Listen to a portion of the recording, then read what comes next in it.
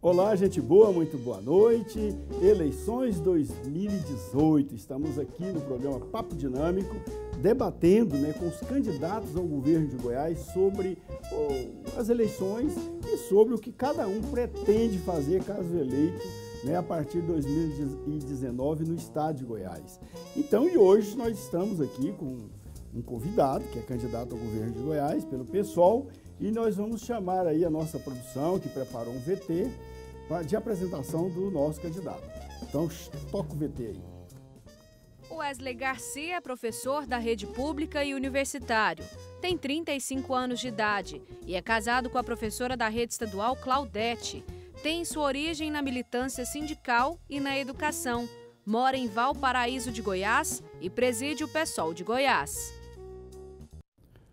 Ok, candidato Wesley Garcia, obrigado pela presença, muito boa noite, seja bem-vindo aqui no Papo Dinâmico. Obrigado, professor Daniel, uma boa noite a todos os nossos telespectadores que nos acompanham no programa Papo Dinâmico e para nós é uma grande oportunidade e satisfação podermos debater um pouquinho dos projetos do PSOL para o governo a partir de 2019. Ok, as perguntas que fazemos para você são as mesmas que fazemos para os outros candidatos. O Papo Dinâmico está entrevistando todos os candidatos e o roteiro do programa é o mesmo, então, na medida do possível, as perguntas, os temas, pelo menos, são os mesmos. Então, nós já vamos fazendo logo a primeira pergunta para você. Por que você é candidato? O PSOL lança candidatura ao estado de Goiás porque nós somos a única candidatura que, de fato, tem condições de apresentar um diferencial. Sou candidato porque sou oriundo de uma região, que é Valparaíso de Goiás, formada pela sua grande maioria de trabalhadores. Pessoas que, assim como nós do PSOL, almejamos transformarmos a sociedade, mudarmos. Queremos fazer o que até hoje, nos últimos 16, 20 anos, não foi feito no estado de Goiás, governar para o povo e com o povo. Portanto, nós somos candidatos, sou candidato, o PSOL tem uma candidatura ao governo do estado de Goiás porque acreditamos que é sim possível fazermos diferente, trabalharmos e lutarmos por dignidade, por cidadania, para poder cuidar das pessoas. Pois é, o PSOL é Partido Socialismo e Liberdade. Partido Socialismo e Liberdade. Então ele tem como ideal o socialismo e a liberdade. Como combinar esses dois conceitos assim? Porque liberdade tem a ver com o liberalismo, ou não? Não, a liberdade tem tudo a ver com o socialismo. Nós somos defensores da igualdade social, da garantia dos direitos constitucionais. Quando a gente fala, professor, em socialismo, o que nós defendemos no PSOL é que a Constituição Federal seja cumprida. E o que tem que ser cumprido na Constituição Federal? O direito à moradia, o direito à terra, o direito à água, o direito a uma educação pública de qualidade, o direito à saúde pública, à segurança pública, o direito de ir e vir. Isso é socialismo. É isso que nós queremos debater de forma franca, aberta, com toda a população.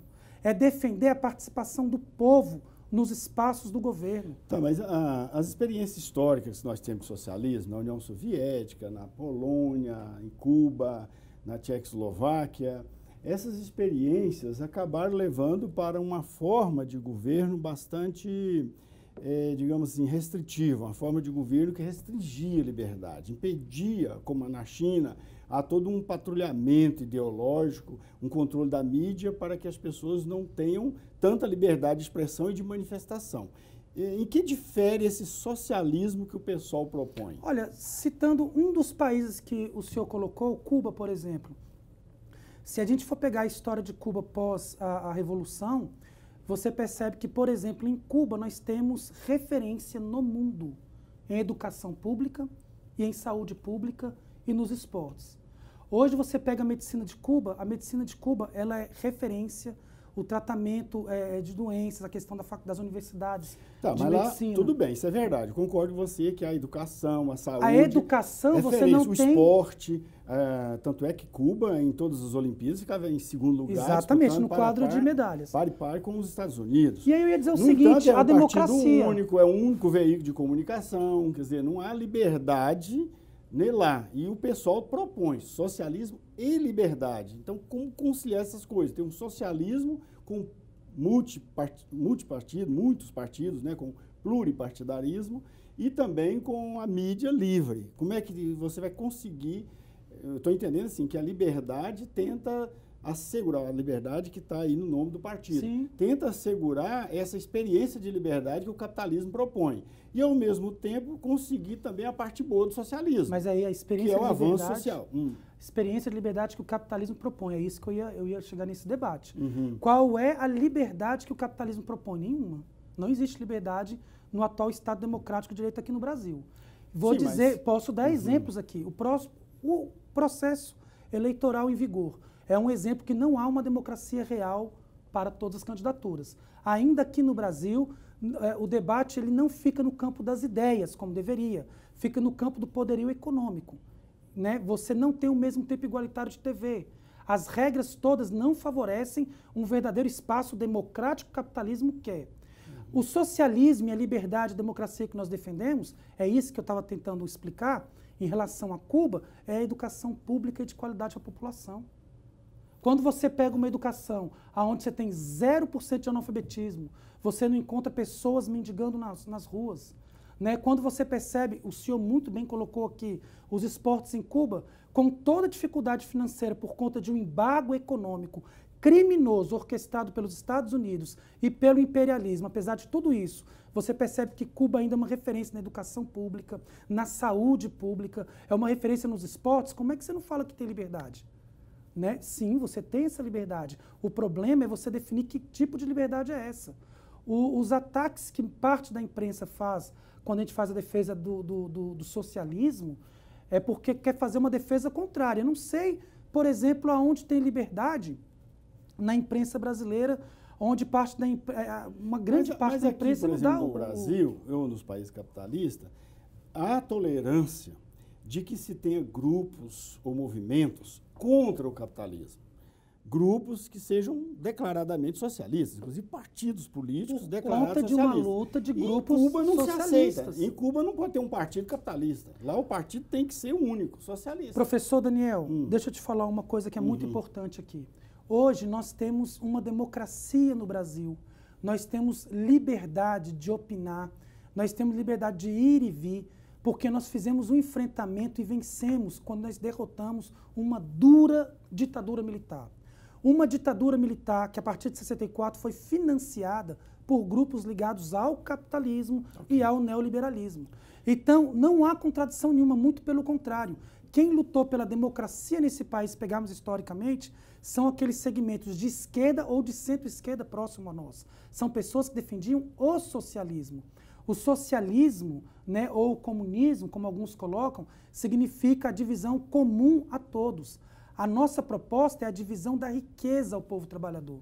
Eu não quero insistir muito. Mas eu entendo o que você está falando, é do partido partido centralizado. A Revolução Francesa de 1789 trabalhou três ideais, digamos assim, políticos para a humanidade, que foi a liberdade, a igualdade e a fraternidade. De lá para cá já se passaram 2 séculos e meio, né? 700 até 2018, mais ou menos 2 séculos e meio. E nós já tivemos a experiência da igualdade com os partidos socialistas, que visavam a liberdade social. A igualdade social. Então, Sim. A experiência de igualdade. E a experiência de liberdade dos países capitalistas. Os dois ideais foram experimentados historicamente por essas experiências, socialistas e capitalistas. A experiência de fraternidade ainda não foi experimentada. Não há um país que falou, nosso ideal aqui é a fraternidade.